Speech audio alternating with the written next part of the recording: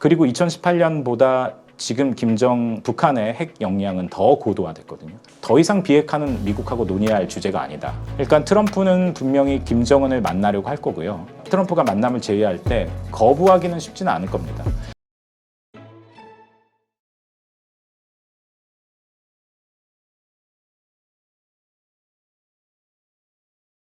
자, 이제 북미 관계로 좀 넘어가면 트럼프와 김정은 다시 만날 것인가에 대한 이야기들 지금 최근에 다시 막 나오고 있어요. 예. 뭐 만날 수 있다. 지금 트럼프 쪽에서는 이러고 있는 것 같은데. 그러니까 만났느냐 안 만나느냐 이렇게 그 객관식으로 물어보면 사실 만난다라고 보는 게 합리적일 것 같아요. 왜냐하면 만나겠다라는 그런 제스처를 미국 쪽에서 트럼프 대통령이 계속 보내고 있잖아요. 네. 그리고 선거운동 기간에도 김정은과 관계 좋다 이제라고 얘기를 하는데, 근데 이제 문제는 만난다면 그 하노이 때 하지 못했던 딜 합의를 할 수 있을 것이냐, 이제 사실 이게 문제 아니겠습니까? 네. 근데 이 부분에 대해서는 사실 하노이 때보다 더 어려워졌다라고 보는 게 맞을 것 같습니다. 왜냐하면 지금 동북아 정세나 북한의 입장이 과거 2018년, 2019년 때와 굉장히 다르거든요. 그때 2018년을 좀 복기해 보면 북한은 굉장히 고립된 상태였잖아요. 중국하고 시진핑하고 김정은이 만났을 때도 미북 정상, 북미 정상회담이 시작되려는 그 시기에 시진핑이 김정은을 급하게 만난 거거든요. 그 당시에만 해도 북한은 사실 중국하고 그렇게 이제 밀착되는 그런 모습은 보이지는 않았습니다. 그런데 지금은 일단은 북한은 러시아라는 전략적인 동맹 관계를 지금 구축을 하고 있고요. 네. 그리고 중국과의 관계도 많이 복원됐습니다. 과거에는 미국을 통해서 무언가 해보려고 하는 게 있었다면 지금은 김정은은 선택지가 조금 더 늘어난 거죠. 그리고 2018년보다 지금 북한의 핵 역량은 더 고도화됐거든요. 그러니까 쉽게 말하면 김정은은 그때보다 레버리지가 좀 더 생겼어요. 그래서 심지어는 그런 얘기도 했잖아요.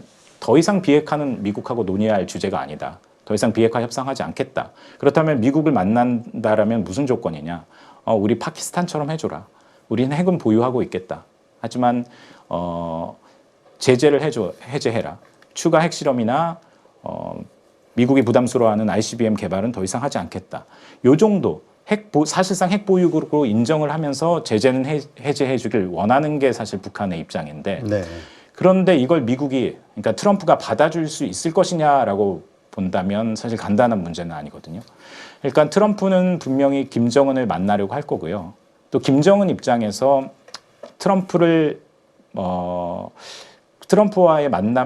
만남을 제의할 때 거부하기는 쉽지는 않을 겁니다.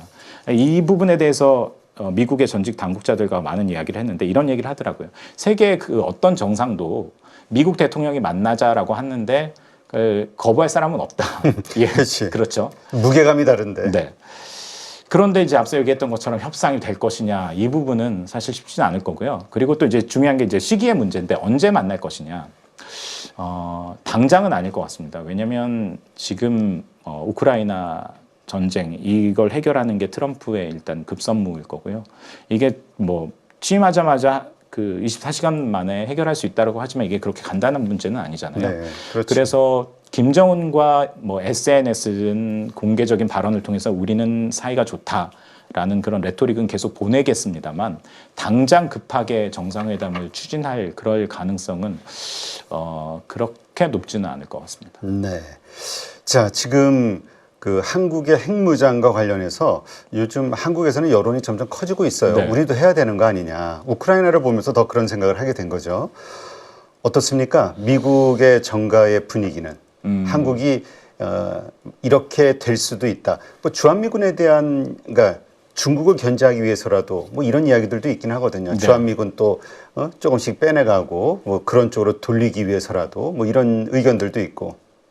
사실 그 한국의 자체 핵무장 여론에 대해서 미국 워싱턴 조야의 기류가 무엇이냐라고 묻는다면 사실 이건 그렇게 복잡한 문제는 아닙니다. 왜냐하면 민주당 정부도 그렇고 공화당 정부도 핵 정책에 대해서는 굉장히 확고하거든요. 비확산, 더 이상 핵을 만들지 않겠다.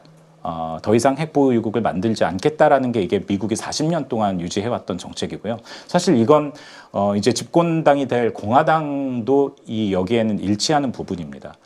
그렇기 때문에 단순히 미국 워싱턴의 조야의 기류가 무엇이냐라고 묻는다면 여전히 그 비확산의 원칙은 견고하고요. 다만 두 가지 차원에서 조금 생각해 볼 수 있을 것 같은데 한국이 핵을 가지려고 하는 그 여러 가지 논리 중에 하나가 일단은 국경을 맞대고 핵무기가 있고 핵위협을 하는 북한이 있지 않느냐. 그리고 우리가 미국의 확장 억제에 언제까지 의지할 수는 없다. 그리고 또 미국의 핵우산이 과연 실질적으로 그게 필요할 때 작동할 것이냐 이런 거잖아요. 그러니까 미국의 그 전략가들은 이 한국의 그런 안보 불안은 우려해. 충분히 우려해. 하지만 자체 핵무장은 아니야. 대신에 우리가 바이든 정부 때 그랬고요. 여러 가지 전략 자산 전개를 통해서 우리의 확고한 핵우산을 증명을 하고 있잖아. 보여주고 있잖아. 이게 더 확실한 거야라는 게 이제 워싱턴 조야의 주류적인 시각입니다만, 하지만 이런 그 입장도 있는 것만은 분명합니다. 지금 진행자께서 얘기하셨던 것처럼 예를 들어서 엘브리지 콜비 트럼프 일기 때 국무부 부차관보를 했던 사람은 주한미군을 철수하고 그리고 한국의 핵무장을 고려해봐야 된다라는 그런 얘기를 하고 있긴 하거든요.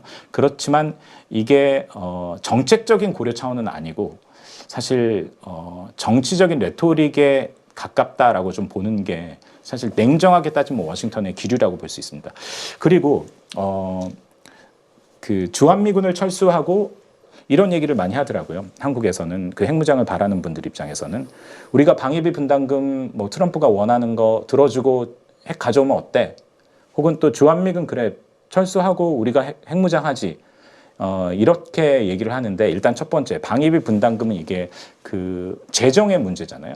그런데 핵무장은 그 미국의 핵 정책 그리고 인도태평양의 영내 전략 차원의 문제거든요.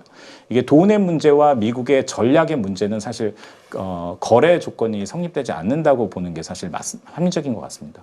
그리고 두 번째, 주한미군을 철수하고 그러면은 그 우리 핵무장하면 어떠냐라고 얘기를 하는데 사실 그렇다면 그런 전제가 성립이 돼야 되거든요. 주한미군 철수를 미국이 원한다. 네. 그러면은 이게 거래 조건이 되는 거잖아요. 근데 앞서도 얘기했습니다만 사실 미국의 우선순위는 중국이고 그래서 주한미군의 성격이 변화가 필요할지언정 주한미군이 영내에 한반도에 주둔하는 것은 미국의 전략적 이익에 부합한다. 쉽게 말해서 미국이 원하는 겁니다. 그렇기 때문에 그 주한미군을 철수하고 우리가 핵을 가져와 이건 논리적으로 또 이제 성립이 안 된다라고 이제 볼 수 있을 것 같습니다. 네, 알겠습니다. 그러니까 하여튼 한국에서 이러저러한 논리로 트럼프 집권 시에 이제 뭔가 우리도 핵무장을 할 수 있지 않을까에 대한 기대감들이 올라가고 있는데 미국의 입장은 그때나 지금이나 항상 확고하다. 네, 근데 이제 다만 이런 게 있을 수 있겠죠.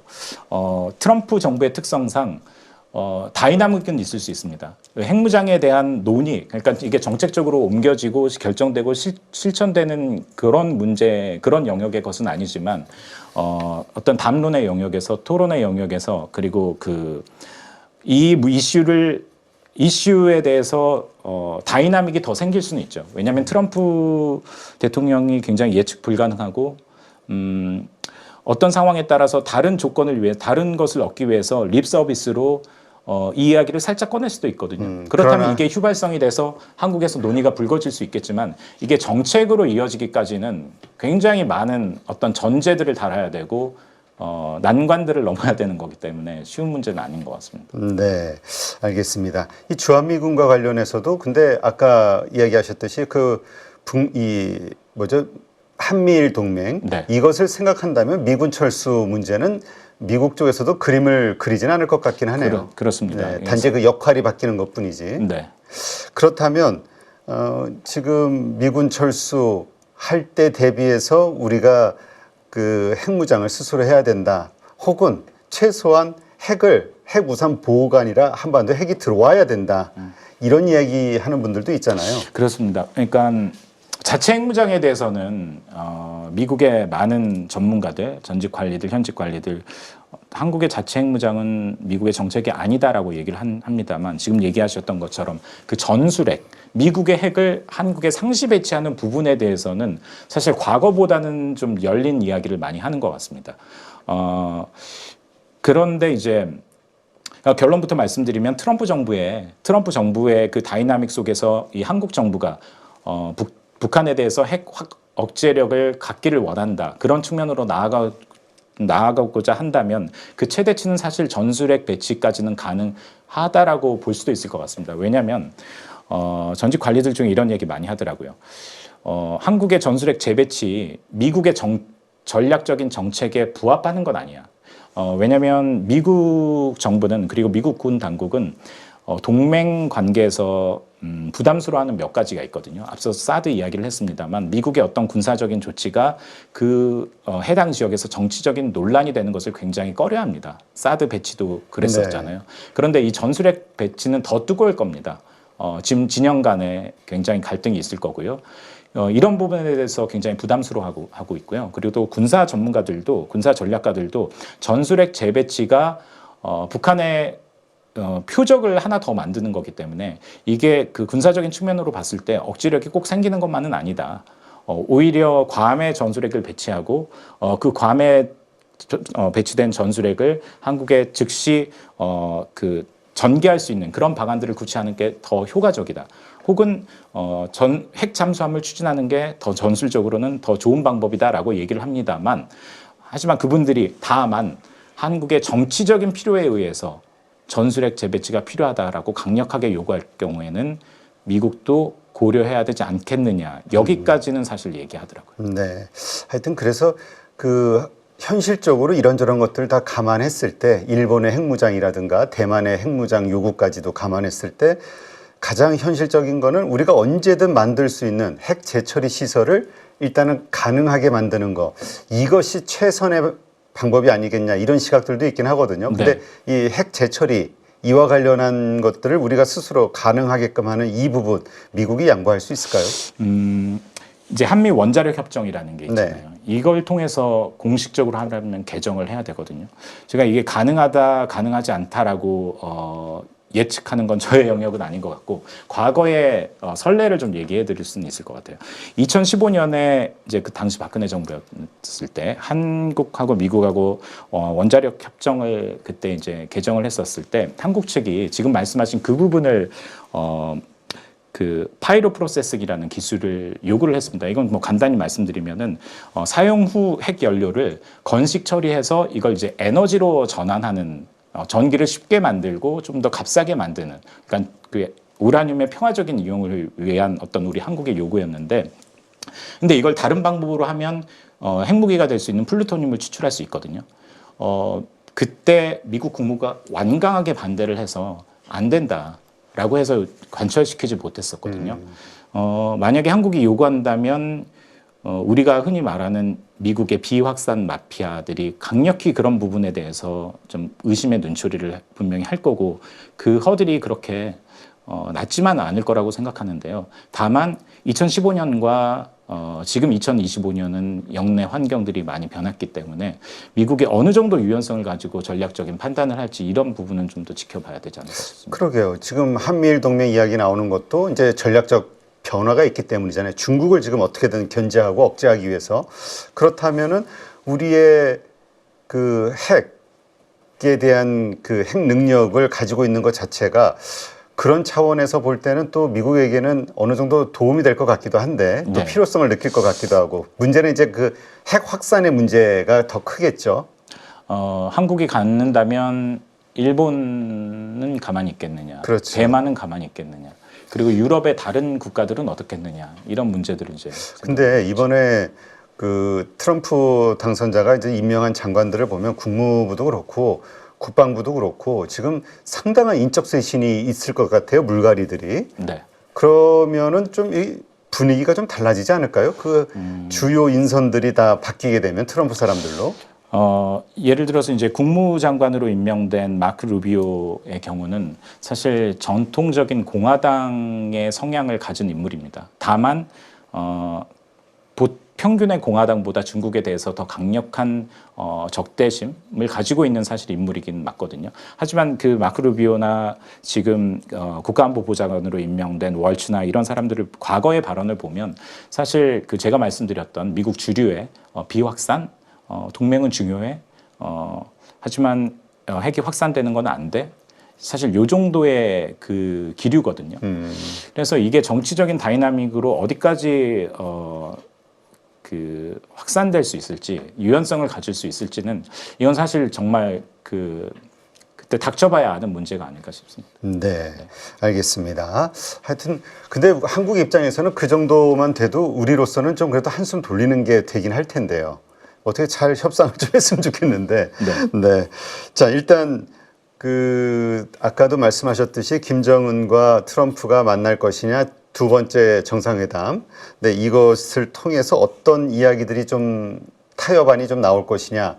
근데 이걸 또 불안하게 보는 시각도 있거든요, 국내에서. 왜냐하면 그때 하노이에서 했을 때 이쪽에서 트럼프가 인정했던 게 더 이상 하지 마. 지금까지는 핵을 인정해 줄게라는 쪽의 협상안이 나왔었잖아요. 네네.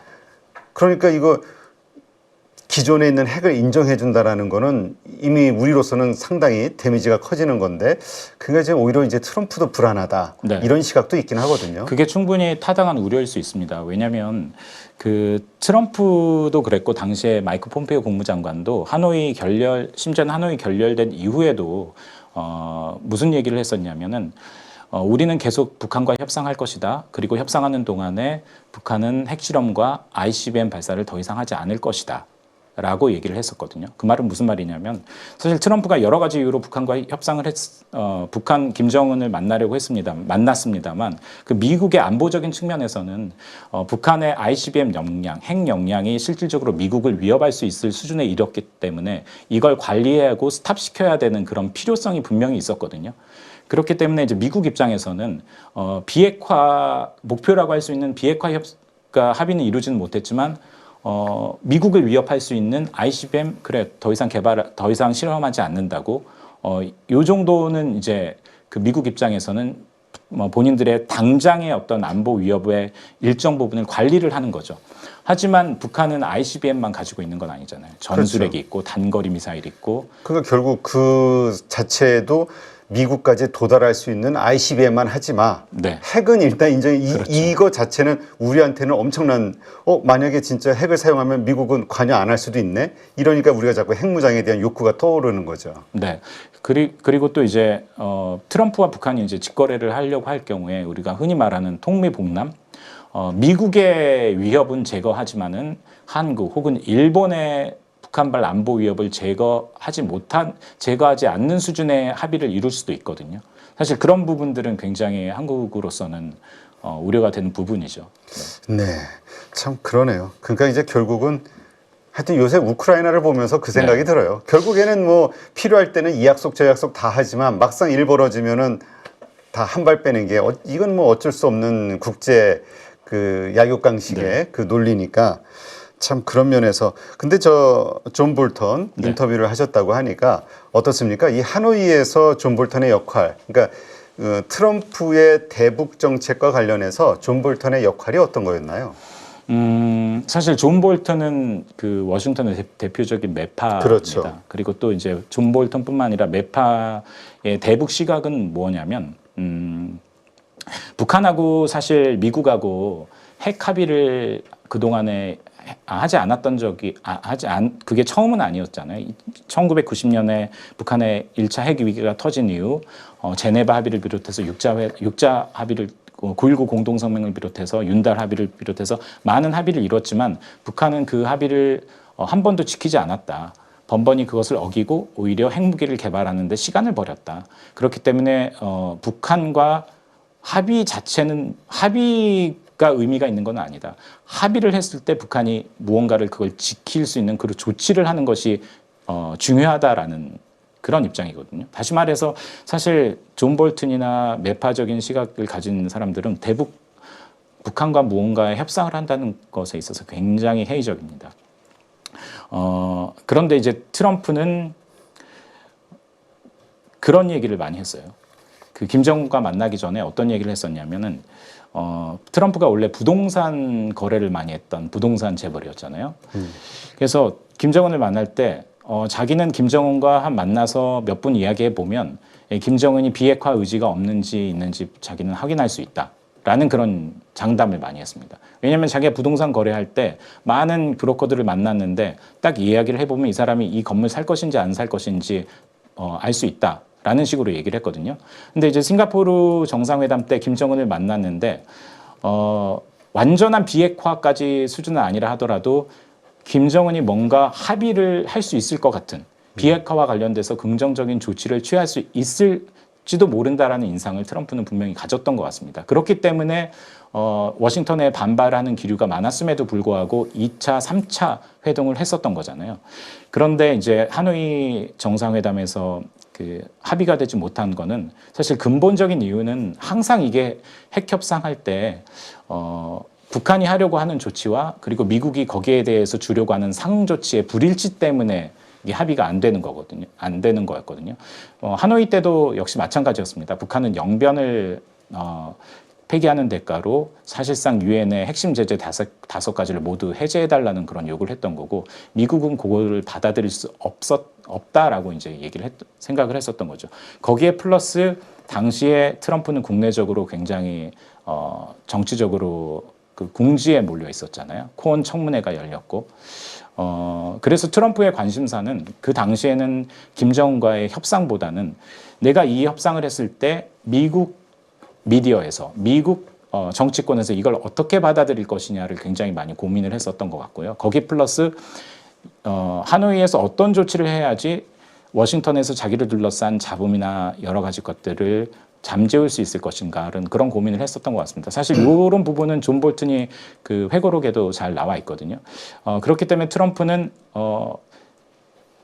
조그만 합의, 이게 그 승리인지 실패인지 가늠하기 어려운 어중간한 합의를 하는 것보다도 박차고 나오는 게 본인에게 이익이다라고 생각을 했었던 거고요. 사실 그런 아이디어를 끊임없이 줬던 사람은 존 볼튼입니다. 그러게, 그러니까 존 볼턴이 그나마 트럼프의 그 불확실성을 좀 그래도 우리 입장에서는 그 좀 위험한 결정들을 좀 막는 역할을 했는데 이제 완전히 좀 갈라졌잖아요.